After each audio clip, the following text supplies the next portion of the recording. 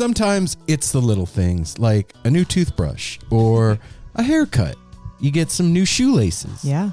Or you get yourself some dope-ass custom tie-dye clothing from our sponsor, The Grateful Mountain. That's right. Right here in Oregon. Yeah, that is true. Tie-dye gear inspired by nature and driven by the Grateful Dead. Look, whether you're getting ready to hit a festival or you're getting ready to shoot yourself off into space, Grateful Mountain has the tie-dye gear that'll help you slip from one state of consciousness and into another dimension. They've got it all, man. Yeah, they have plenty of things like dickies, overalls, bibs, you name it. They got it. If you want socks, I'm sure they'll oblige. Yeah, new gear is always dropping and in the works, but if you don't see your flavor or color, size, combo, whatever, follow them at The Grateful Mountain on Instagram and DM Travis over there for your special requests. And if I'm shooting myself off into space, I definitely want a pair of his bibs. Yeah, that's for sure. They are hooking everybody up with free shipping with all orders in the U.S. And if you go to thegratefulmountain.com when you check out, use the promo code NSR20 to get 20% off your order of the dopest custom tie-dye gear around. That is the truth. Yes, it is, Ruth. Hey, man, you like the Grateful Dead? I love the Grateful Dead. Hey, man, you like wearing clothes? Sometimes. Hey, Mel, you like wearing hats? I love hats. Hey, Apple, Darwin, do you guys like hooded sweatshirts? Hell Yes. yeah. Well, especially right now, it's freezing. I like wearing hats with no clothes. Well, you can do that with our sponsor, Shop Tour Bus, man. They have the coolest Grateful Dead inspired merch on the planet. These are Grateful Dead songs told in picture on all of their gear. You've got to go to shoptourbus.com and see what I am talking about. And not only are these designs amazing, the products, the merch is so soft. The t-shirts, the hoodies, they have sometimes canvas tote bags with awesome things. So when you go to order your gear, upon checkout, put in the promo code No Simple Road, all one word, and you are going to get free shipping. How about that? And then these shirts are so special, as we were saying, that they don't just throw them in like a Mylar bag and ship them. They make these awesome boxes. They're custom made, one of a kind. These are keepsakes. And then you don't know what you're going to get in there. They're usually spooled up with some twine, some cool photos, all kinds of knickknacks, doodads, candies, and you have the chance to get a miracle bootleg. That's right. The magic is kept alive on these tapes and come right to you. That's right. Support the Grateful Dead family. Support Shop Tour Bus. Support No Simple Roads family of sponsors. Go to shoptourbus.com and make sure you put in that promo code No Simple Road to get your free shipping.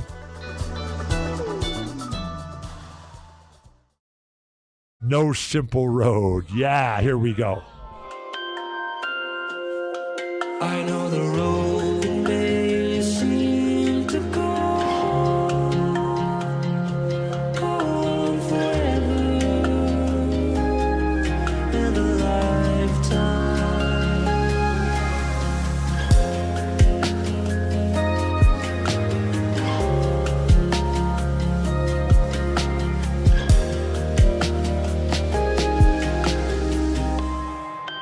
Why don't you like being the center of attention?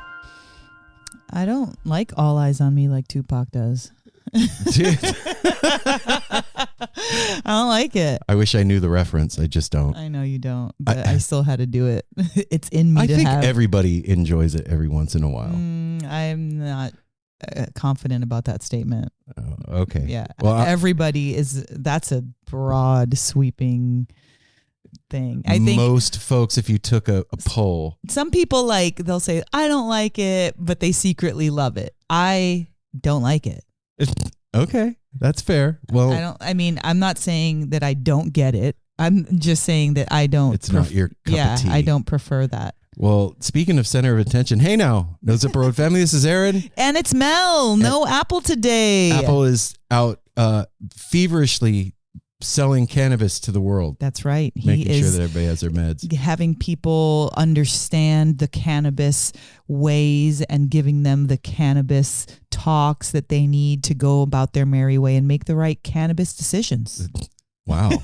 Holy shit, Mel. That's what you should write his bio. But that's what he's really doing, guys. And we're holding it down here. Mom and Dad are holding it down here.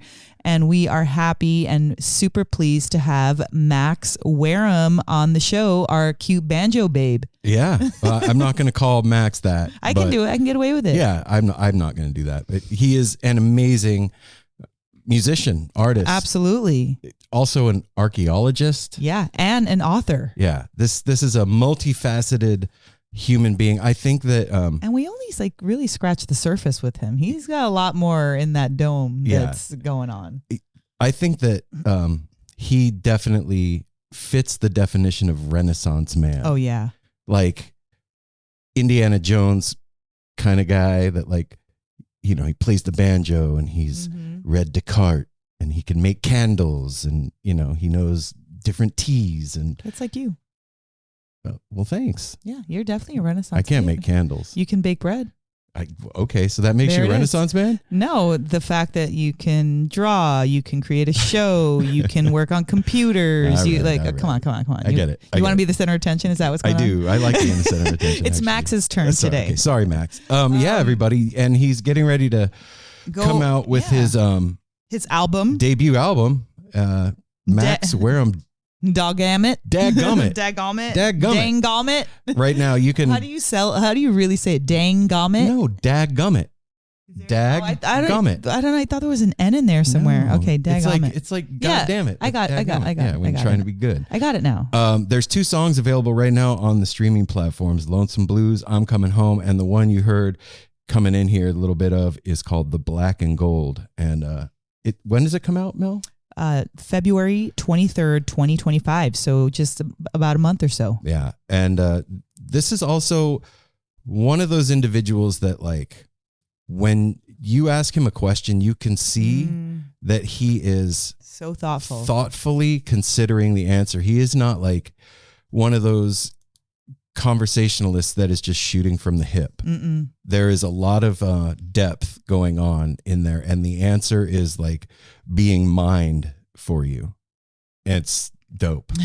Like his archaeology. Yeah, he's uncovering the dig of the answer to the question that you asked him. Well, and he is going to be going on tour for this in March, beginning in March 8th. And this is going to be Max Wareham and the National Bluegrass Team, Colony Woodstock, opening for Robbie Folks. All right. And then again in April, we'll see him in Cambridge, Massachusetts. For the album release of Dadgummit. Yep. And then in Kittery, Maine. Kittery, Maine. Yeah, Kittery, Maine on April 4th. We used to have a cat named Kittery. I know, that's a very strange thing. So then April 5th, he'll be in Whatley, Maine, and then at the Fairfield Hills Music Festival in Connecticut. And you can go over to maxwareham.com. That's MaxWareham.com. And that has all the tour info and all the good info for Max over there. We are going to do the business and get you to this conversation. I have a couple of things to tell you about. If you go to venuelama.com right now, you can check out an entire booklet for the upcoming Fish West Coast run.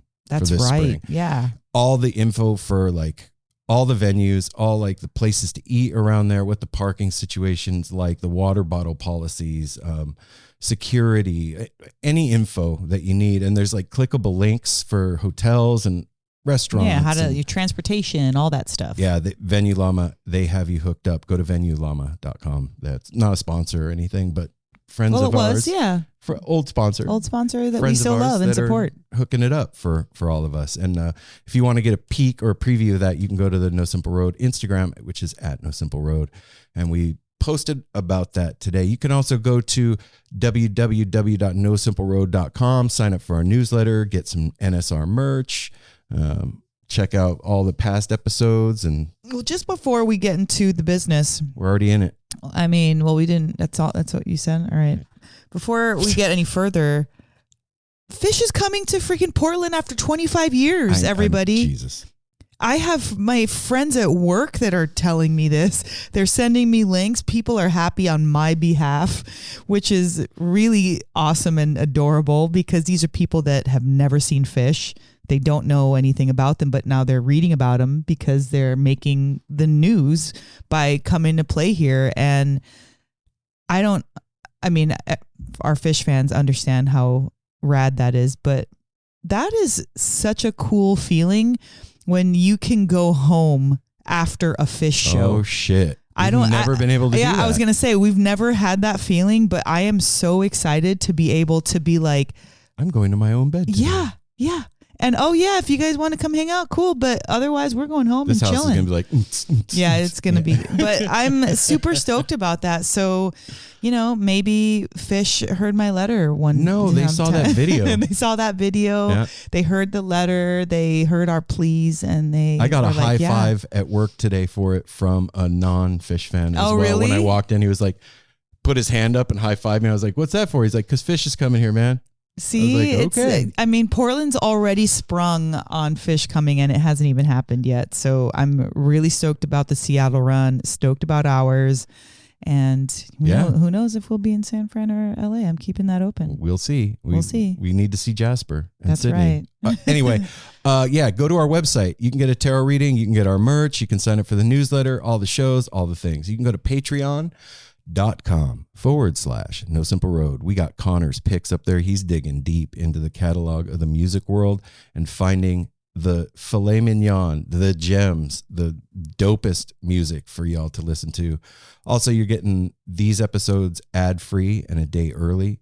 And there's a bunch of other stuff going on over there. So go check out patreon.com/No Simple Road. That is how you can support us financially. Yeah. Also, the way that you can support us is by telling a friend about an awesome episode that you've heard, like maybe a musician that is your favorite, or a band, or just something meaningful that we said on one of our weekly rewinds or something. But sharing an episode is one of the best ways to help us grow our network and for other people to hear about really cool conversations. Yep. And also, if you feel so inclined, please go to Apple Podcasts and leave a review for us over there. It really helps out the show and it makes it, easier for folks to find content that they would dig based on the algorithm, because that thing is ever all-knowing and all-seeing, and I don't think we have any new ones, Mel. I think we're good. I don't know. You would know better than me. You're there. Well, I'm here, and I want to take a look. Do we have one? We do not. Yeah, okay. Last one was December 29th. See, if you would have left, I'm talking to you out there, if you would have left a review right now, we'd be reading it, but you didn't. No. So we're not. It's okay. But you know what? I was listening to another podcast, and I just happened to scroll down. It was Dr. Andrew Weil, and he had less reviews than we did, and that made me feel good. Not because he didn't have a lot, but Andrew Weil is hugely known. He is a big name. Yeah. So thank you for the 430 people that have left reviews, and be that 431. All right. Let's get him to the conversation. We're going to give you a little taste of Dadgummit by Max Wareham here, Black Gold. And Black and Gold. Black and Gold. Sorry about that. The Black and Gold. Mm-hmm. Yep, that's right. I said it wrong. Sorry, everybody. So without further ado, the No Simple Road crew gives you Max Wareham.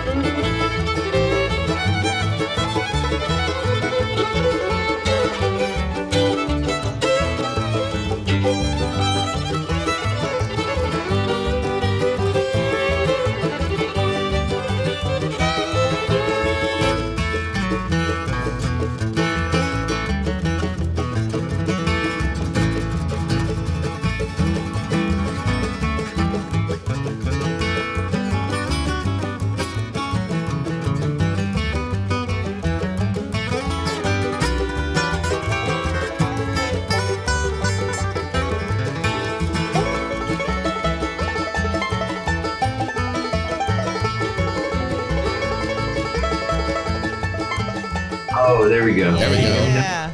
What's going on, brother?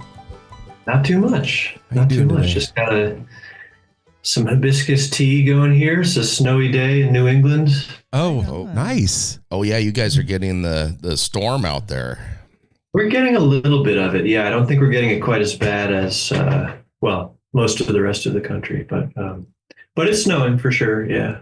It's always cool. Like, we live in Portland, Oregon, and so it's like a treat when it snows here. Yeah. A little different. Sometimes it's a treat. Yeah, that's true. That's true. Sometimes you get snowed in for 4 days and can't do anything. That's true. Max, I'm Aaron. Nice to meet you, Aaron. Nice to meet you too, man. My name is Mel. Max, thanks for joining us today. We're super stoked. Thanks for having me, Mel. Yeah. And then I am Apple, and thank you for joining us. Oh, thank you so much. Yeah, Glad man. you- With the press release that was sent over to us, one of the blurbs that's in it was saying that you searched out Peter Rowan. Yeah. How did that come about? Like, what made you decide to do that? I've always been really drawn to the idea of the old master. Mm. My guitar teacher in high school, I started music playing guitar, and I was mostly playing jazz. And my guitar teacher was this like super heady dude with long hair and these round glasses, and he turned me on to like, Buddhism and alchemy and astrology, and he really like kind of just like lit me up creatively, and I loved studying with him because he was an old master. And so anyway, when I got into bluegrass, I think it's a similar story for a lot of people. I mean, I was listening to Old and in the Way, and it was just like completely blowing my mind. I just loved the sound. I loved what I was hearing, and I didn't know what I was hearing, and I wanted to learn about it. I wanted to find out what was going on with that. And I got into Old and in the Way actually because my mom said, "Oh, well, Dad's cousin is a bluegrass musician. You should check him out. His name's Peter Rowan." Oh. And I had never met him. I didn't know who he was. So he's my dad's second cousin. Oh, okay. Wow. Yeah. And so she said, "Yeah, check him out." So I started listening to Old and in the Way, and it was like, yeah, it's changed everything for me. So I decided to try to get in touch with him. My uncle and him are pretty close, and so I talked to my uncle. My uncle put me in touch with Peter, and it took a long time. It took a long time to connect with him, but I was determined to do it, and so I had his phone number, and I called him and left a message and said, "Hey, I'm John's son.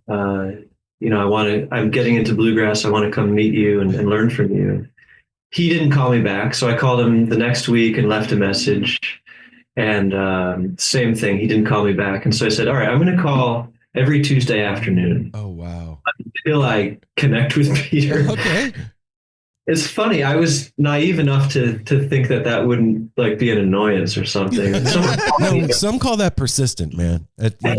When you're spacing it out a week, I mean, Yeah, I was spacing it out. It wasn't every day, Right. but I did this for a couple months, Wow. and after a couple months, he picked up and was just like, "Hey, man, yeah, come on out."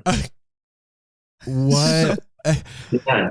you had to get to a point where you're persistent, but you're like kind of like, man, he's never gonna pick up, and then to get a reception like that, like, "Oh yeah, sorry, but probably like been busy. Come on out." It was so funny. Yeah. It reminds me of those stories that you read, like about Buddhism and people going, or Zen, like the Zen masters, and the guy wants to study with the Zen master and goes to the place where he is and knocks on the door and they don't answer, and they sit there for like 6 years in front of the monastery waiting, and then they finally let the guy in. It's kind of the same thing. Showing that you're dedicated. It was like that. Yeah. Yeah. So how was the first meeting? Like what was it about that first meeting that, like, how did it impact you? Well, I'd gone to school for a couple of years studying jazz guitar. And so I had sort of an academic mindset, trying to learn about the music. And so I had I had my notebook with, 30 questions I wanted to ask Peter, like, how do you sing soulfully?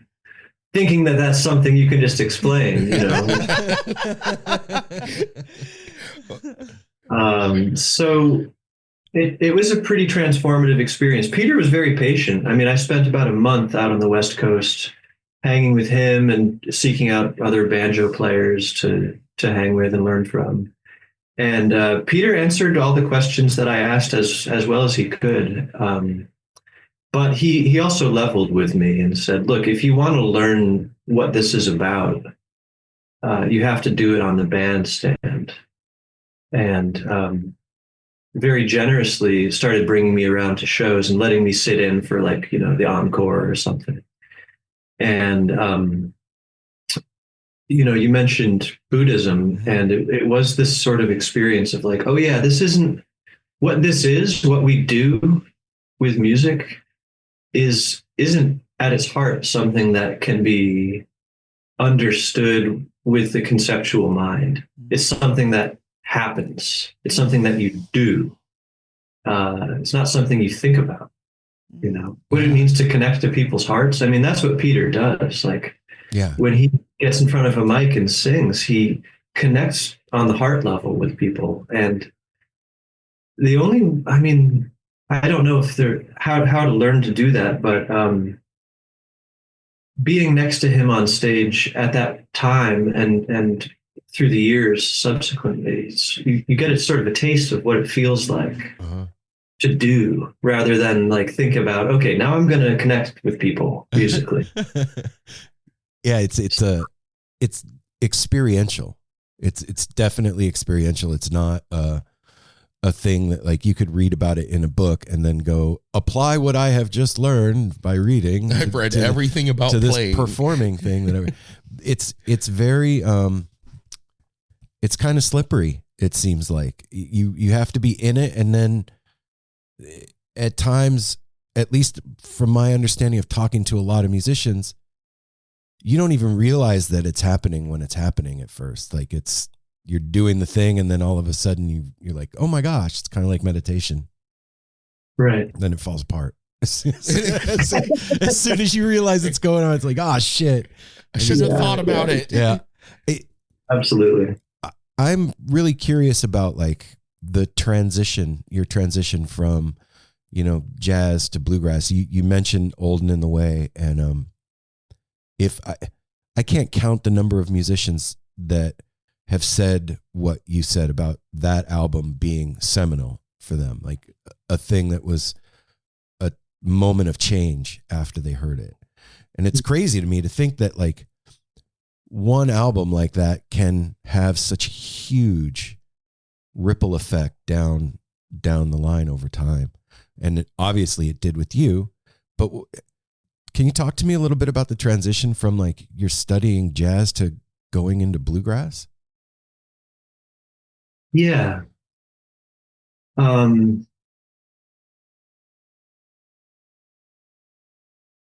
very similar musics, I think. Really? Maybe they don't sound similar, but the elements at play under the hood are really similar.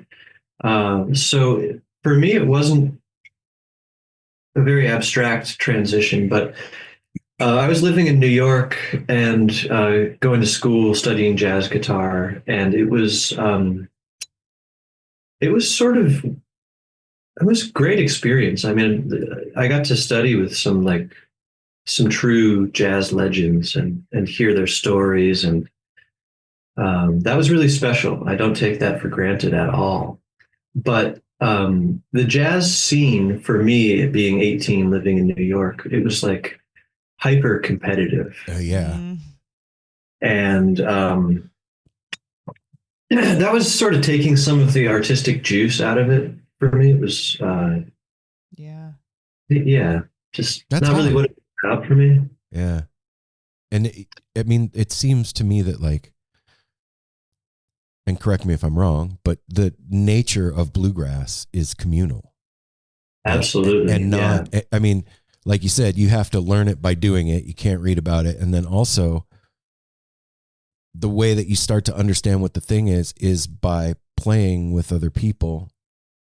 And so it seems like that would be kind of, if the jazz scene in New York City is kind of taking your creative juices away, it seems like a perfect fit to move into that. And now you have this thing that you can really mess around with. Yeah, that's absolutely it. I remember being back home first summer after I started jazz school, and I was just sitting on the front porch watching the sunset, and I had to find a job for the summer, and was just kind of musing on what might be to come. And in the distance, I heard a sound, and the sound was getting closer. And I looked down the road, and it was this minivan with a cloud of dust rising up behind it. And it was just tearing down the road, and they drove up into my driveway, and the doors opened, and this family, old friends of mine, the Stevens, so many brothers and sisters, they poured out of the van, and Todd Stevens walks up to me, hands me a banjo. I had nothing to do with the banjo before this, but he hands it to me. He says, "I got a job for you working at the deli with me this summer, and you're going to play banjo in our band." What? And you'd never played? I hadn't played before that, but I really liked them all, and they're all very musical people. So I was like, "Yeah, all right, I'll play banjo." And it was totally eye-opening. Like you say, it was about community. I mean, we were sitting around the table over at their place, just playing, making mistakes, but having fun. And I was like, whoa, I'm not like being graded on this. This is great. Yeah, Like some I can freedom. like kind of relax. Yeah. And that really blew my mind. It was like, oh, this is about being with people. This isn't about impressing somebody. No. It's more, like you say, something you can play with. To sit down with a group of people, and I feel like bluegrass particularly is an art form of sharing, because you're all taking solos or taking turns during the song. Like you give the look, mandolin player goes, and then he's done, and he looks at the fiddle player and he goes, and it's like you said, you're not trying to impress anybody, you're just expressing yourself with each other. And that's, it's different than in jazz, where you're trying to, play the most cool thing you could possibly do, or the most hip, that whole world, the jazz world to me seems very cliquey, a little like elite. And if you don't understand jazz, you can't be part of the club. And like, that's tough, man. And then, ending up where you are, that's a whole new world to explore. And the creative freedom that comes out of something like that, I think, is probably one of the most beautiful parts of the art form. Absolutely. Yeah. The expression can be so deep when it's coming from a more holistic togetherness. I'm just curious too on that story. How old were you when you started when you transitioned to banjo, when you got handed that? I was 18. Okay. Wow. I think of my 18-year-old self, like somebody handed me a banjo, I'd been like, huh? What do I do with this? Yeah. Were you interested at all in the banjo up until that point? No, I wasn't. I mean, I grew up in like suburban Connecticut, and I remember, I had like pretty broad music tastes in high school, thanks in part to to Kevin O'Neill, my guitar teacher back then, who was turning me on to a lot of different stuff. And so I listened to bluegrass, and I couldn't really get it. It didn't really like click for me. It just sounded almost too foreign to me at that time.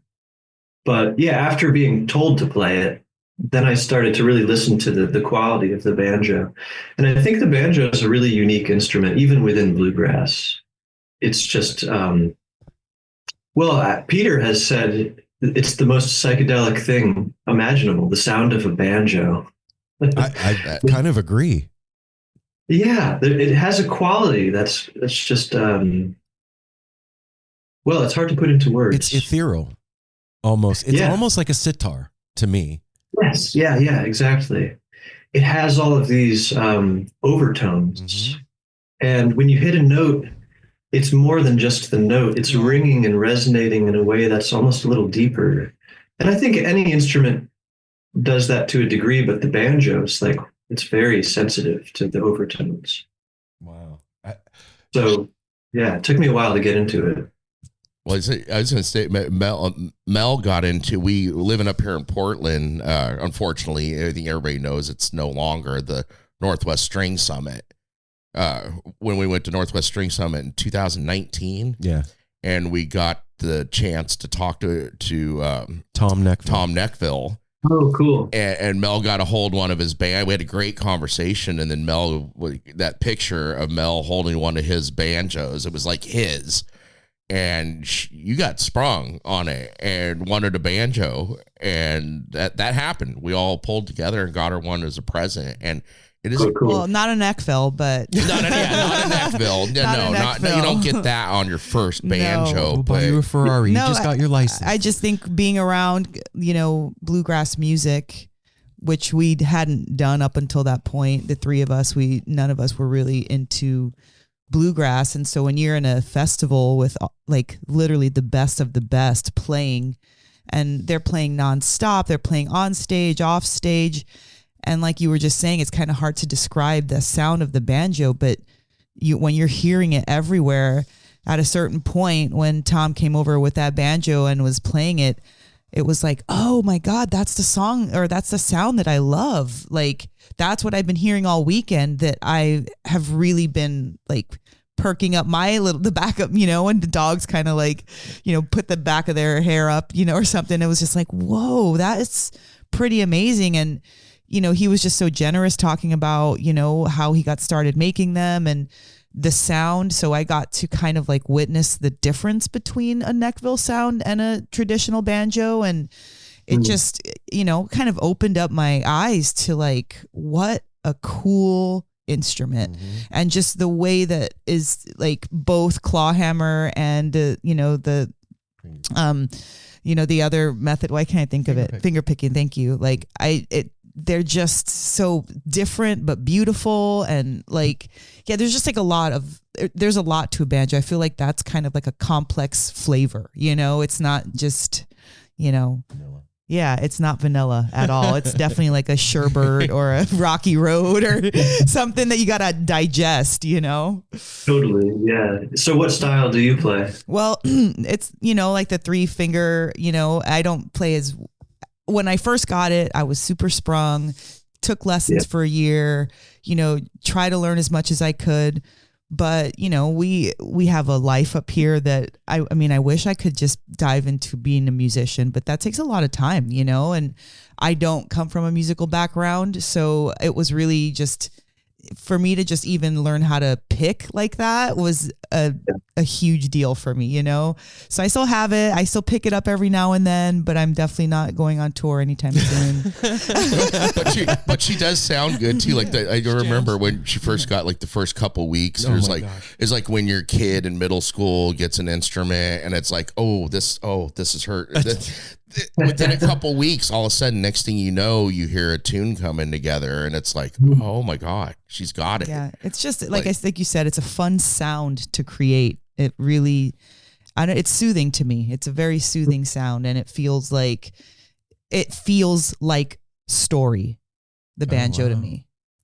I love that. When you think about when you tell a story, there's so many things happening in it. There's characters, there's places, they're doing something, they're, like trying to get to a certain treasure, and there's all this adventure. And with the banjo, that's what I was saying about the complexity. Like it feels like story. Like there's so many places and places where you can go with it, and sounds that you can pick up, and in a way, to me, it also reminds me of the gong, where when you strike the gong, it continues to resonate exactly, and you hit it again, and that first sound is still going, and then it builds. And so I feel like the banjo has that kind of multifaceted, sound to me, and it just, I don't know, it does something for me that no other instrument can.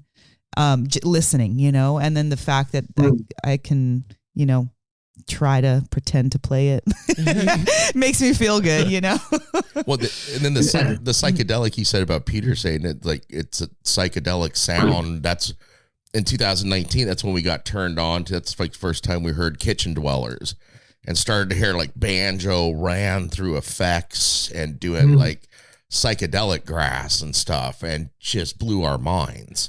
That's something I wanted to ask you too. Like, that's cool that you brought that up. There's within each art form or genre, I hate to even use that word anymore, but like, there's the traditional folk, and then there's the people that are doing other stuff with it.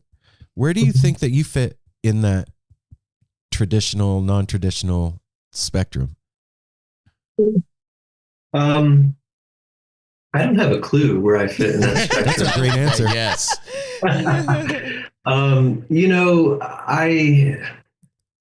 I'll try to answer that question in a couple different ways, because I think there are a couple different levels that we can think about it. But I really like listening to older bluegrass because there are more wrong notes in it. Oh, okay. And people are kind of playing from the seat of their pants a little bit more.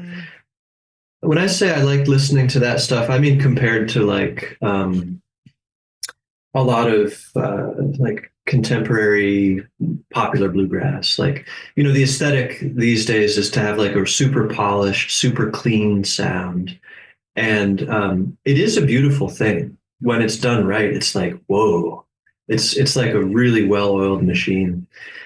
But for my own taste, I find that, in the earlier days, the music itself was very new, to play the banjo with finger picks on in that way. It was like no one had heard that before. And so it was itself a very revolutionary sound, like back in the 40s and in the 50s. And people were sort of playing in a revolutionary way. Yeah. It was fiery and wild, and it had mistakes, but the mistakes, I think, for me, represent risk, people taking chances musically, which, I have to say, like,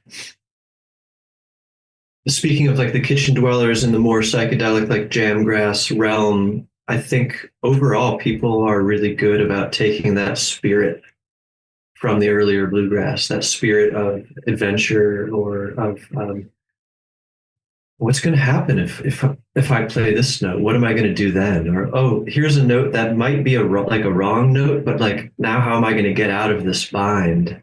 That's something that I hear in the early bluegrass too, and I love that fire and that sense of vitality in the music. But, I've kind of come around to thinking about like tradition versus revolution, I guess you can say. So it's these two things that we have to hold at the same time with bluegrass, because there's a tension between them, and that tension kind of drives the music forward, because we are dealing with traditional forms. We're dealing with the banjo as a traditional instrument, coming from the islands and coming from West Africa. A lot of the melodies are traditional British Isles melodies. We're dealing with traditional forms, but in order for it to have that life, it's got to have this sense of revolution and risk. I've kind of come around to thinking about it like maybe not so much about, well, am I a traditional player or am I a more progressive player? Because I think that there's a level on which like it's all very expressive. And I think that we can get away from a sense of expression if we're thinking too hard about like, oh, what camp am I a part of? As soon as you put yourself in a box, then there's Yeah. no way out. Yeah. Yeah, exactly. And so like with banjo, there are these like different eras of technique, you know. So for three finger style, it's like Scruggs style. It's very traditional. He had these patterns he would use in the right hand. And people typically think, oh, well, if I'm going to play a more progressive style, I'm going to use this technique called single string that Bela Fleck uses a lot of. So the technique becomes associated with the camp. But I think that you can play like the most avant-garde shit you've ever heard with just the traditional Scruggs style if you have a mind to do it. Sure. You know. Wow. So that's what interests me is like taking these old techniques and being like, yeah, but if I put my pinky finger here, it's like the craziest sound I've ever heard, and I'm still using a traditional pattern. So that, I don't know, that's sort of No, that's a great answer. And you know what? I think that speaks to the truth of what art is, because it had to start somewhere, and that's our tradition, right? But there's innovation along the way that created these styles. And those people were stepping out of tradition at the time and stretching the art form. And so if we stop innovating the art form, then the art form becomes stale and dead. Well, also, And also we're expressive beings. You know what I mean? You're playing is a direct reflection of your perception and your experience and your emotion and all of that rolled up and expressed out through your instrument. And we live in a completely different time than the 40s. So your expression is going to be different than in the 40s. Even though you're playing the same notes, it's going to be something different coming out of you. So to say, oh, I only play traditional bluegrass. Okay, you could do that, but I guarantee you that what's coming out in that traditional bluegrass is not the same thing that it was back then, because there's no way it can be. absolutely. Yeah. What were you going to say, Mel? Well, I was just gonna say, like, you know, you give, you know, even like 6-year-olds a little easel and a paintbrush, and you give them the same colors, none of them are gonna paint the same way, you know. And there's no, like, you can say paint an apple, and each apple will look different. One will be green, one will be red, one will be purple. One will be blonde. So it just doesn't, with music and tradition and instruments, like, even though, you know, it's the same 5 strings or the same notes, there's no way that even if you're playing in the style that's traditional, that you can really mimic that, because like what you were saying, Aaron, like your spirit is different and your talents are different, and like whatever you listen to that's kind of caught your attention about that instrument or about that song, it makes you play it the way you can express it, the way that you feel. Yeah. You know, so I don't know. I just think that like that kind of question, like traditional or not traditional, you know, that tradition is like the beginning, and then the evolution, that is where we're going, you know, like it's not, it can't be a linear path. Yeah, it can't be a linear path. I'm go ahead, Apple. What were you gonna say? It's like that's heavy. I'm just sitting here digesting that. Like you two just threw a bunch of like wow. Well, right. I mean, we're talking about art, and I think art is one of the hardest things to really talk about, because like we could be like, so what's inspired you?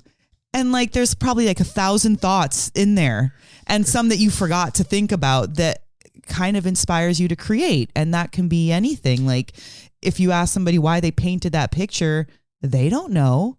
They like that color next to this color, and that was as small as it was. And maybe in the middle of that color, it sparked a new memory or a new thought. And then the inspiration went somewhere else from there.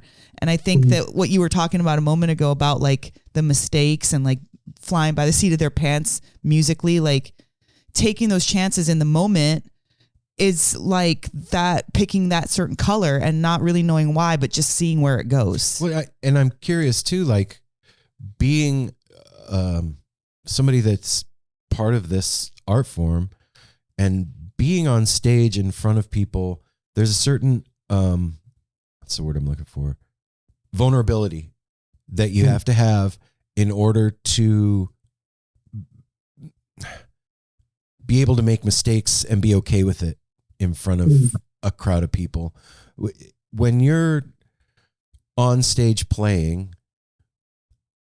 I wonder, like, did it take you time to be able to like just let go up there and be okay with fucking up if you fuck up and playing a wrong note if you play a wrong note? Or I wonder about that. Yeah. Yeah, it has taken time. I've always enjoyed I've always enjoyed being the center of attention. And I mean, like, maybe not socially necessarily, but like if you hand me an instrument and people are interested in listening and watching, I've always enjoyed being in that position. As long as I played music. but no, I've gone through phases where it's been really challenging to do that. And I joined Peter's bluegrass band in 2021, and that was, I mean, of course, that was for me performing on a totally different level than what I'd done before. I mean, we were playing pretty big stages, pretty large crowds, and it's the old master, and there I am next to him, and so it's all of a sudden it's like, oh, okay, Yeah. but you know what? I think part of what caused me to keep coming back to it for more, even after completely fucking up and just like, I mean, it's crazy how many experiences I've had where I'm like, oh, I just totally ate shit on that solo. Like that was so not it. And I kept coming back for more. And I think, you know, when I was a kid, I used to find like the steepest hill in town. And I had a little speedometer on my bike. And I'd be like, I've got to break 35. You know, I would just go as fast as I could. It's a thrill-seeking thing in the brain. And for me, being on stage and having like the sense of risk, it totally tickles that same part of the brain. And I love it, you know, and it's a thrill. That's awesome. Yeah. And it's much safer to play on stage than it is to go down 35 miles an hour on your bike. I'm glad you said that too, because we this morning listening to the album. Yeah, that's right. I forget what track it is. I'll soon remember all the names of the songs listening to it, but it's like 4 tracks or so in. It's the one which we all love. It's like where the banjo, and the banjo seems to be the lead instrument on that feeling. I told her, I was like, I feel like I'm running down the hill and you're like about to eat shit. You're like leaning forward, you're about to lose it, but somehow you're keeping it together. And a banjo, there was an old Looney Tunes cartoon that like did that. Like they're playing, the banjo's player's fingers get all tied together. And he's trying to pull that sound, that like going 35 miles an hour on a bike down the hill. That is like extreme sports. Almost. He said like the adrenaline, like, oh, I'm gonna eat shit, but then you get to the bottom of the hill, you didn't eat shit, and you're like, wow. Yeah, Apple said we're gonna ask him. I'm gonna ask Max. So, dude, can't you play any faster? You ever thought about picking the tempo up a bit? But I just love that feeling. Like you said, I couldn't imagine performing it and then like getting to the bottom of the hill and being like, holy crap. But like you just said, sometimes you totally blow it. And a lot of times us as listeners, we don't hear that. We don't hear. We don't realize, or we like it. Yeah. Or we love that. That as a spectator, that's like that you living on the edge and standing on the edge of the cliff, willing to make mistakes. That is the best thing to see and hear as a spectator. Yeah. I'm always drawn to that when I'm listening to music, for sure. and I think I had a real turning point in 2022, out at the Rocky Grass Festival in Lyons, Colorado, which is an awesome festival. We were playing right after Bela Fleck played, Oh, wow. and I mean, Bela is Bela. He's king. Right. And that set, there was one moment I was like playing my feature. It's like, all right, here's Max Wareham on the banjo. Go ahead, Max. And I was just like, plum, plum, just like, you know, for me, I didn't think it went over so well, but then I was back in the green room afterwards, and in walks Bela, and he walks straight up to me and just puts out his hand and said, "That was really great." Wow. And I was like, "Whoa, this is really special for me." I hadn't met Bela before, and he said, "Hey, Max," like he knew who I was, and just shook my hand, and that to me was like, oh, okay. If I think that I'm fucking up and not playing it right, and Bela Fleck is going to take me out to shake my, it's like, okay, maybe I don't have a very accurate perception of like, you know, and I think it's true. We do tend to be our own worst. We're not critic. supposed to. We think about if you felt the opposite of that way. You're like strutting backstage. You know what I mean? Like we have to.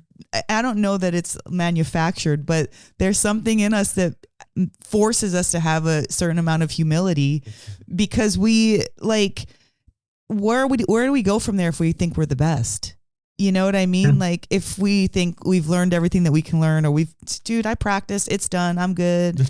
Like, you know what I mean? But if you have that thing in you that wants to keep seeking and keep getting better and like, you know, master a new style or a new way, or, you know, pick up your speed, whatever it is, like that forces you to continue putting energy into your craft and making it more your own, instead of being settled on you're already a good player and you got it going on. It's like an internal ego governor. Yeah. Yeah. It only goes so fast, man.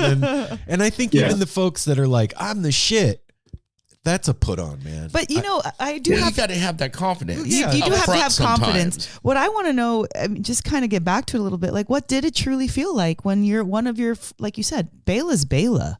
There's literally nobody else like that. And everyone who plays that instrument, and even people who don't, love this man because of how revolutionary he is. What does that feel like to get your name in his lips, knowing that, you know, he watched, and that's like such a trip. What was that like? It was sort of like being knighted. Dang. Oh, fuck yeah. Dang. Yeah. It's like, oh, okay, I guess I'm a part of the order now. Yeah. Right on. Congratulations. Did it free you up? That like acceptance from someone like that? I know that we're just all fucking people and we all put our pants on one leg at a time, unless you can jump really good. But getting that from him, did that free you up a little bit? I would think it would, right? Like the pressure's off inside a tiny bit. For sure. Yeah, it totally freed me up. Yeah. And I'm really grateful to him for having done that. Although for him, it was, you know, he probably didn't realize what a big deal it was for me. But, you know, it caused me to step back and pause a little bit, just with my relationship to being on stage, to be like, maybe I'm going about this the wrong way. Like maybe, and this is actually tied into my journey to find Peter back 14 years ago, or however long ago it was. It's like, maybe there are no techniques that I can use on stage to like create a perfect expression. Maybe there's no mantra. Maybe there is no mantra, because maybe this is involving a different type of intelligence. This is not involving the intelligence of the head, of thought. Mm-hmm. Exactly. Yeah. It's like the intelligence of the body. Yeah. You know, when we do one, like we walk, it's amazing that we walk. If I throw a ball to you, you'll catch it, but you don't catch it because you think, I see this ball is approaching me, and I'm going to use this mental technique I have of figuring out that the ball's going to land here. You just do it. And that's your body's intelligence, right? Wow. Yeah. So I think it sort of got me more on that track. Like when I'm on stage, I'm just going to do it. I'm not going to think about breathing. I'm not going to think about relaxation. that may be helpful for some people. And if it is, that's great. But it never really was for me. And since then, I've always felt so much more a part of what was going on Wow. among That's huge. musicians and with the audience too. Yeah. That's a true masters, I think, teach without words a lot of the time. And like you said, he probably no clue that what the ripple that had. One, shook your hand and said your name and told you good job. Hmm. But I think a true master has the ability to affect you that way just by simple acts, and that just because of the energy that they carry. And you mentioned playing on stage next to Peter, and you're like, oh my God, I'm playing on stage next to the master. And you're probably going to say no, but have you ever thought that like that also is you? You're up there with him. That is also you. To the onlooker, Yeah. we're grouping you together because you're on the same stage. There's no division like, oh, he's like been playing for 10 years. He's been playing for 25. It's like they're up there. Yeah. This is who they are to the onlooker. You know what I mean? Yeah. Yeah. When I found that when I can be present on stage and sort of, like I'm saying, like trust my body to do what is right, my ears to respond in the moment musically. It is very much like a we feeling rather than like an I feeling. And yeah, this is this thing that we're all, that we all are, this like mass of sound, Peter's music it's like that already, playing things like Midnight Moonlight and Land of the Navajo that have these extended improvisation sections. The places you end up are just amazing musically. And it's places that we go as like a unit, a mass of sound. It's not like, oh, I'm going to play my nasty E minor lick. It's like, yeah, it's a beautiful collective experience. It really is. Yeah. Well, it's like what you were mentioning earlier about like connecting and playing to the heart instead of like you're playing a bunch of notes after each other. You're inside of this mass of sound and your body is playing its part.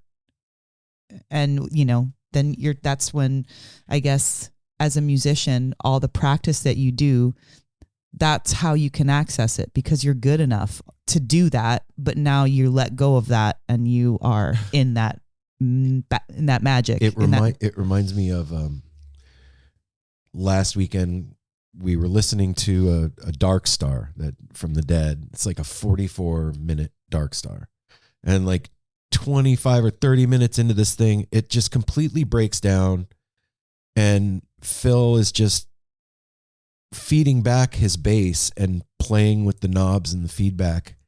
And when we were listening to it, I didn't know it was a live recording. I was like, oh, what, they must have had hours in the studio and they're just fucking around.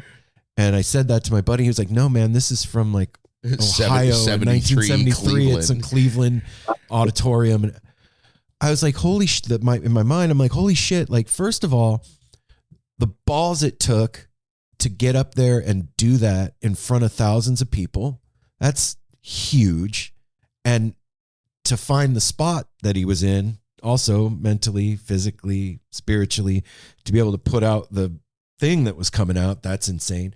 But on the flip side of that, the audience was accepting of that thing going down, right? You didn't hear anybody like, boo, none of that shit. Those people were like blown away that this thing is going on. And this is as far from musicality as you could possibly get. This is just like atonal frequency riding. That's it. It was like heat waves coming out of the speaker is basically what it was. Well, but fans agree to come on a journey. Well, yeah, that's what I'm getting. So like when you guys are in that musical thing that's happening, we're there with you. And I think that that's part of the joy of seeing live music is being in that thing together and seeing what the energy of the performers and the crowd together can create and what comes out of that. Yeah, thing. we're in the soup together. Yeah, man. Totally. And it feels good. Yeah, dude. It feels really good. Okay. So Go ahead. okay, well, I was gonna segue when she said something, but let's say I wanted to talk when you're talking about like playing as a group and everything. Let's talk about the new album that's coming out in February and the players you have with you and everything, because it is quite extraordinary.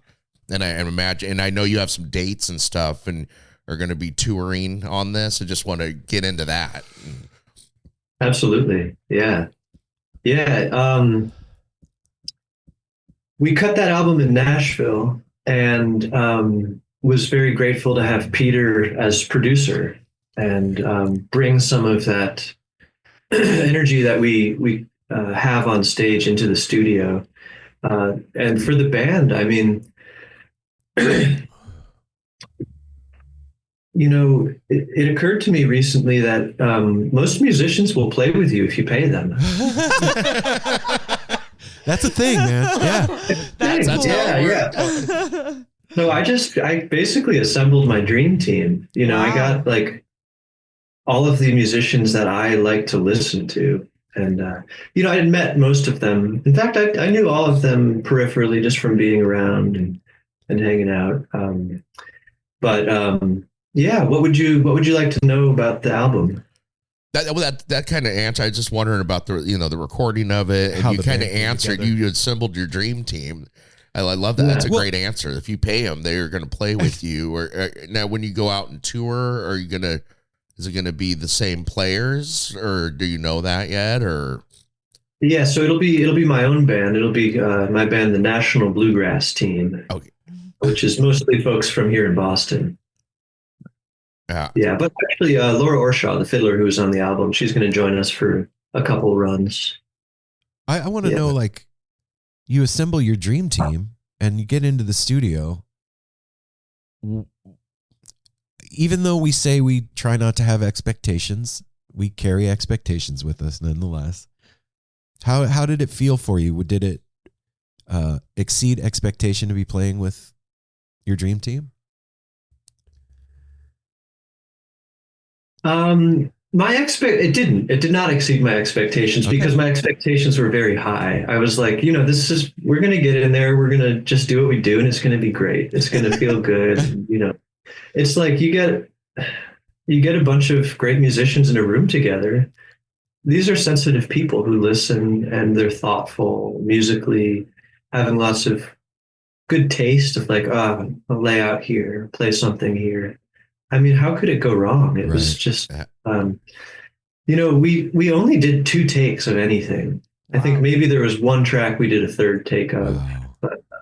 A lot of the album is first or second take. And so it was very fresh too. And I think actually, you know, we were talking a little bit about earlier bluegrass, and I think that we were able to capture some of that same vitality or freshness.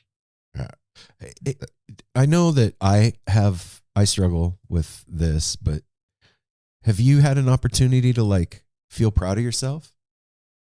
Totally. Yeah. Good. Yeah. I tried to make some space to do that during the sessions, you know, because I was a little nervous this is my debut album and it's like, you know, band of my heroes. But I had to kind of just not really indulge that feeling. Just be like, no. I've worked my ass off to be here. And Yeah. Hell yeah.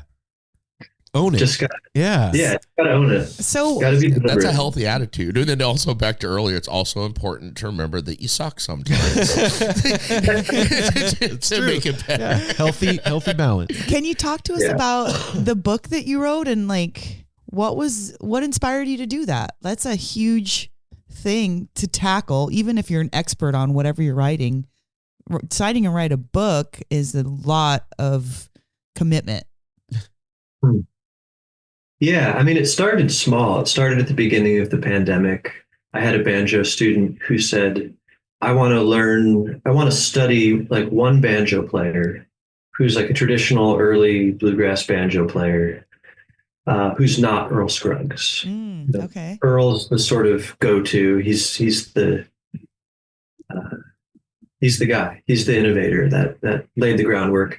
But my student wanted to learn someone else's style, similar to Earl. And so there's this banjo player named Rudy Lyle who recorded a ton with Bill Monroe, father of bluegrass music, back in the late 40s and up through the mid 50s. I found out he recorded more with Bill Monroe than any other banjo player until the very end of Bill's life. Uh, I can't remember his name off the top of my head, but it's neither here nor there. Anyway, he recorded all of this music, and no one really talked about Rudy Lyle. I went online to try to find information about him, and there was a little bit, but really not much. Certainly not as much as other banjo players from that same generation. So we learned one break that he took on a Bill Monroe record, and it was sort of like eye-opening. It was like, wow, he really had a different approach than Earl Scruggs. And so then we learned a second break, and it was even more eye-opening. It's like, yeah, it is within the tradition, but it's totally unique. So then we learned a third break, and then I was like, I'm going to learn all the breaks because it's the pandemic. I'm going to just go all the way. And as I was doing that, it was really like, oh, this is getting bigger and bigger for me. This is like, I want to start talking to some of the old timers, some of the old banjo players about this Rudy Lyle and see what they say. Yeah. So I started doing these interviews, and I spoke to, just a ton of banjo legends, and all of them had the same idea. They all said, no, this is a project that needs to be done. Nobody talks about Rudy Lyle. Like, keep going, keep going. Yeah. So I kept going, and 2 years later, had the book. Wow. That's so cool. So all of your information was compiled based on like people you have interviewed that either knew him or played with him or studied. That's awesome. Yeah. So it was, there wasn't information otherwise. It was like it had to be dug up. Yeah. And that's something that's occurred to me as like part of my identity as an individual. Something that turns me on artistically and spiritually is like this idea of digging in the ground, Yeah. I tried to quit music years ago. I think I was 26 or 27. I was just like, can't do it anymore. It's too hard. I'm not getting anything back from all this effort I'm putting into it. And so I quit, and I said, well, what else am I going to do with my life? I said, well, archaeology. That sounds pretty cool. So I actually looked up, like, how do you get into archaeology if you haven't studied archaeology? Turns out it's the number one second career for Americans. Really? I would have never guessed that.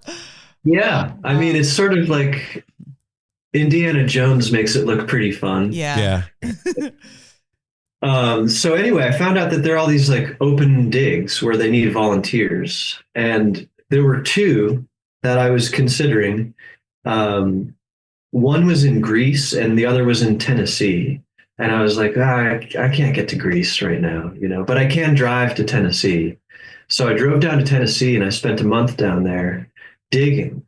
And it was so great. It was so great. We found, shards of pottery, and I found this small glass bead that when I rinsed it off in the river, held it up to the light. It was like it was a blue I'd never seen before. It was unreal. Shit. So we were excavating an old Cherokee settlement. It was a 16th century Cherokee settlement. So we were finding Cherokee pottery and all the artifacts, or they're not artifacts, but the little bits of physical culture we were finding were from the Cherokee. And this bead, the head of the dig explained to me, was made in Italy in the 1400s, traded to the Dutch, who traded it to the Spanish, who traded it to the Cherokee. What? And Wow. the experience of like getting the dirt off of it and holding it up to the light was like, it was just, I just love that. And anyway, I'm saying all of this because while I was down there, someone had, heard that I was a musician. And they said, "Hey, what are you doing after work today? Come with me." And they drove me up into the mountains and took me to this jam session, like true bluegrass, like deep Appalachia. And it just pulled me so deep back into the music to see how people in the mountains played bluegrass. The whole community was there. I mean, it was like, it was about the people. And having that sort of firsthand experience kind of pulled me right back into music. But I still dig, not out in my backyard, but like musically I dig. And so the Rudy Lyle book was like that. It was like, the only way I'm going to find out about him is by digging and talking to people and trying to uncover things. And I tried to do that with Dagomet too. Like, tried to use some effects that people were using back in the 50s, like tape echo, something as effect that like Elvis was using. It was like a rockabilly effect, but bluegrass people caught on to it and they used it a ton and it sounds so good. I love it. So we tried some of that, and that's all to say that just like that idea of digging, I've realized is like sort of a part of what my quest is in this life. Wow. Max is an I love- archaeologician. Well, that's just a great story. That I mean, that you step away from music. Like, I can't go to pick something else up and then get pulled right back into music, like a rebirth almost. Yeah. Like okay, you're doing this thing, but you're a player. Come check this out. And the roots are the thing that pulled you back. Yeah. That's true roots right there. I mean, you Well- can't go any deeper than sitting on a that was porch like another in glass Appalachia. beat, another And glass beat. Yeah. Like, that oh, other shit. part too of like you can explore your other like passions in life and still have that main thing. You can still go and dig and do whatever, but you have that banjo that keeps you kind of grounded and like, I don't know, yeah, just creating through that medium, but you don't have to like give it all up for and not taste anything else. I think that's really awesome that you get to dig in different musical ways and writing literally in the earth and continue to inspire yourself. And we get to see the fruits and enjoy Yeah. the glass beads that you dig up. I love it, man. Man. Are there any shows coming up? Yeah, I'll be getting back on the road in March with the National Bluegrass team. I can't think off the top of my head what the dates are, but we're doing a bunch of album release shows. All those dates will be on my website, which is just my name, Cool. maxwareham.com. Okay. And be continuing to play with Peter and the band. So between Peter and the bluegrass team, should be staying pretty busy this season. Well, hopefully you can make it out to the Pacific Northwest sometime. We get to see you play, man. Yeah, I'd love to see you guys. Yeah, I mean, That'd be great. One last thing before you go. In all of your years of playing music, even when you played jazz, is there something that sticks out to you from playing that you're like shocked about or surprised about, or something that you came to understand through playing music? huge question. Yeah, that's a great question. Let me just think about that for a second. Yeah. Mel, you have a tendency to. I kind of like to get deep with our Those musicians. Those are good. Those are thinker questions. Like, for real. Because you seem like a thinker. You seem you're writing books. Thoughtful. You're digging in the earth to find God knows what. You're pulling all these different notes with different techniques and going to the masters. So I would imagine that type of a mind is learning something in all of those endeavors that really kind of can catapult you in a certain kind of way. Yeah, two things come to mind. One is just like a general sense of openness Like when I, in my experience musically, have like thought, yeah, I know what this is about. I've been like totally flipped around on stage, and so it's sort of forced it, and I think it does force people to be like, this is something that's fluid. What it means to perform, what it means to connect with people, it's never ever the same twice. And I think that's a good attitude to have with other things too. I think when we're too fixed on how things ought to be or how things are, we can get tripped up pretty easily when we get thrown a curveball. So I think, yeah, general sense of openness. But I also think like something that music has shown me is that we're forgiven. Whoa. I've made decisions in my life that I don't stand by now, that I regret, or I've treated people poorly in my life. Not a lot, but I mean, I have regrets. And what music has showed me is that that's part of the whole. That's part of who we are, and that it's ultimately, I mean, barring like some violence against people or like some actual like terrible shit, like we all have flaws, we all have that sort of thing. And I think music shows that like that's part of the whole, and if you're up on stage and you're like playing what you might think is a mistake or something that you regret, you sort of realize that like that is what makes you human. Yeah, man. Wow. And there's no Yeah. score being kept either. Yeah. There's no score being kept. Yeah. And through my time with Peter, like I've really been curious what it is about him that is so magical. And I think there are a lot of different things that you can point to. And I think there are some things that can't be pointed to. But one of them is that he is both of these things. He's very open. He doesn't know what his set. In my years playing with Peter, we had a set list only once. Oh, wow. And we didn't play anything on it.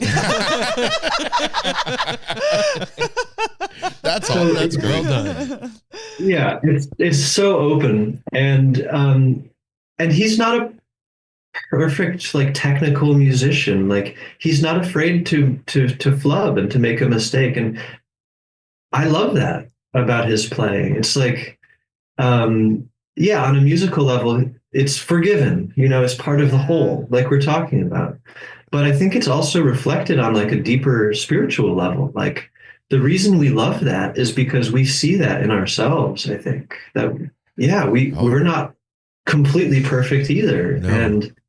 And it's beautiful in a way. In a big way. Oh yeah. I Well, I love that you mentioned that because it's something we learned early on. We started doing this podcast in 2017, and only once ever did we have a list. I don't even remember who the artist. I do. MC Taylor. Okay, we had a list of questions like 10 or 12. I ate shit on that one. and man. it didn't come out good, and we quickly realized that what we want to do is have a conversation, not an interview. We want to get to know people. It's not like, okay, thank you. Question number 3, because we learned that early on, and it just makes everything just Stale. like music. Well, to not do that, to follow the set list, it makes everything fresh. Yeah. You don't know what's going to happen. It's the same thing of like standing on the edge and willing to make a mistake, and and it leads to great conversations like this today. That's really cool. Max, what's the date that the album drops? February 23rd. Okay. This will be out before that, but 23, we will 25. make sure to help promote when it does drop, and anything we can do to help, man, you just let us know. Yeah, and thanks for being so thoughtful, Max, with Yeah. your words and your answers and your playing. You know, man. we really appreciate that, and I love a good banjo player, and kudos to you, man. Seriously, Well, congrats. thank you guys so much. It's great to hang with you and this is to fun. be featured. I really appreciate you having me on. Yeah, And as I say, one last thing, a huge shout out to your heady music teacher. Fuck that yeah. sent you there, right? And to the Stevens family for placing that banjo in your hand and sending you on a trajectory that obviously they saw in you. Yeah. So, Yeah. Well, one last thing I'll say just to that point is 2 years ago, Peter was inducted into the International Bluegrass Music Association Hall of Fame. And, it's this like annual gathering and so there's a big ceremony around it. It's like in a big theater and it's, we performed, but Peter also gave him a speech, and the best line of his speech was, if you see a turtle on a fence post, you can be sure that he didn't get there on his own. hell yeah. It's so true. I love it. I'm not saying I'm a turtle on a fence post, but I mean, that's how we are. We're all in it together, Right on, I think we're all turtles. You had it right. That was awesome. We're all turtles. Yeah. Right on, Max. Have an awesome I just got the name of the day. interview. Yeah. Turtles on a Fence Post. Right on, man.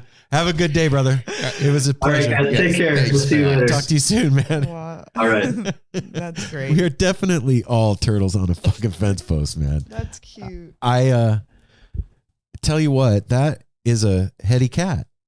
And I love conversations with people that are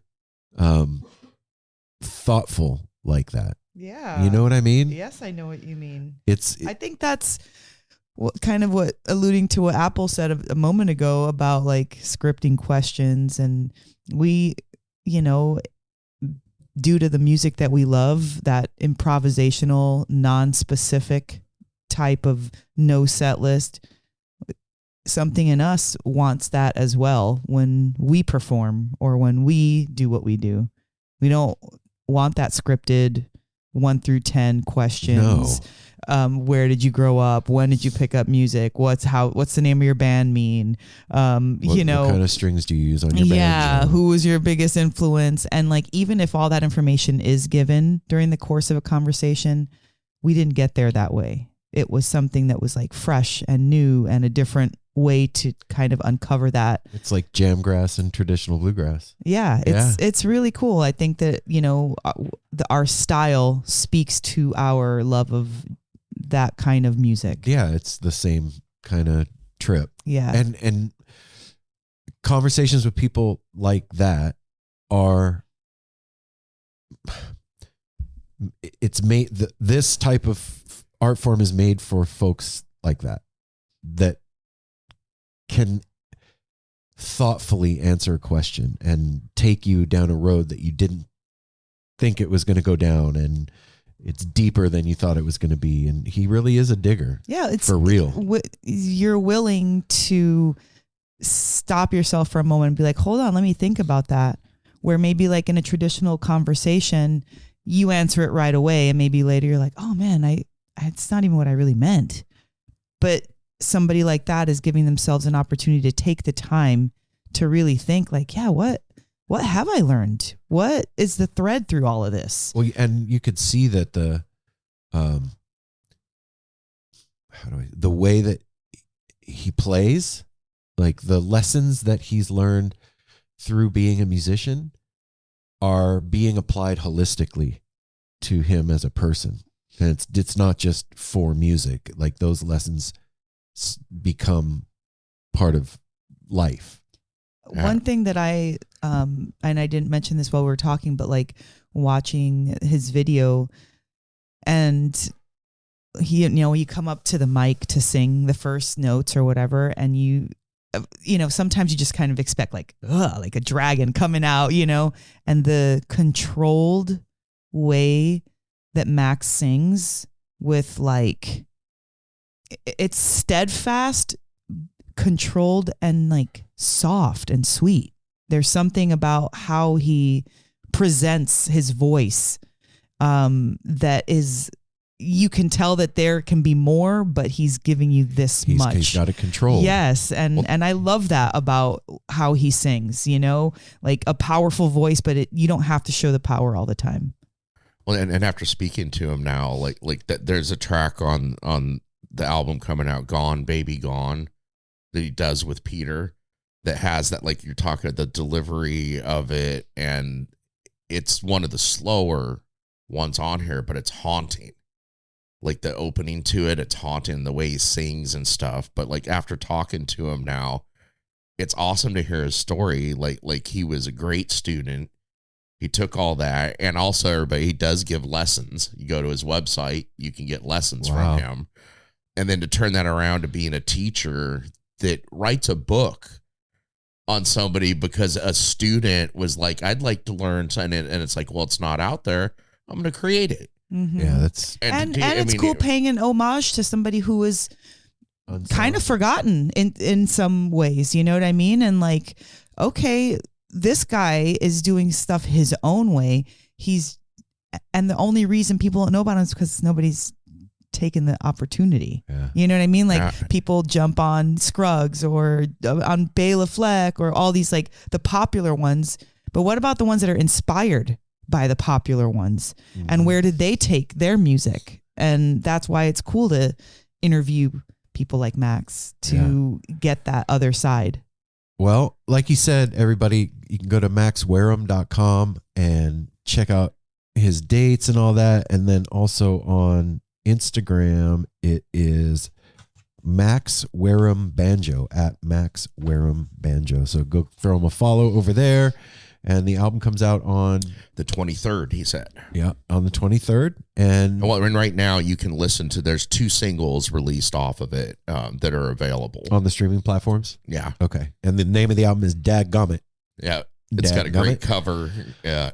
All right, everybody. Until Monday, we'll be back with the No Simple Road Weekly Rewind. And till then, why don't you all do us a favor and take care of each other, man?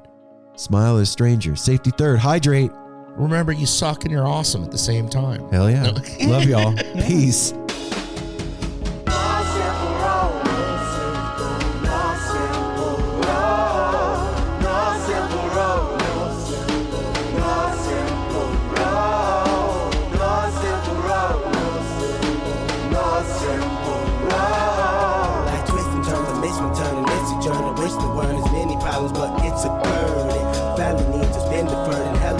Bend the earth and alchemy can bring the birth, the melody of a newborn. So persistent, so resistant, so insistent, so commitment, so resilient, or haven't you learned it? No simple road. No simple road. No simple road. No simple road. No simple road. No simple road. My windshield is shattered as I focus through the spot in the corner that is still intact. The react is both a defense mechanism as well as a fear. We've traveled this road before, so we may think, but it's a tad bit of strange similarities that feed an A equal A complex. The fears of your past do not equal the perplexities of the current road.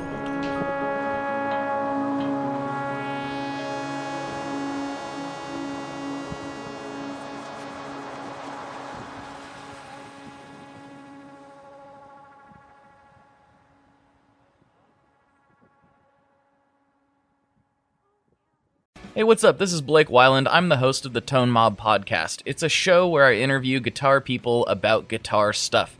We talk about their pedals, their amps, their accessories, their preferences, all that stuff, as well as a healthy dose of whatever comes up.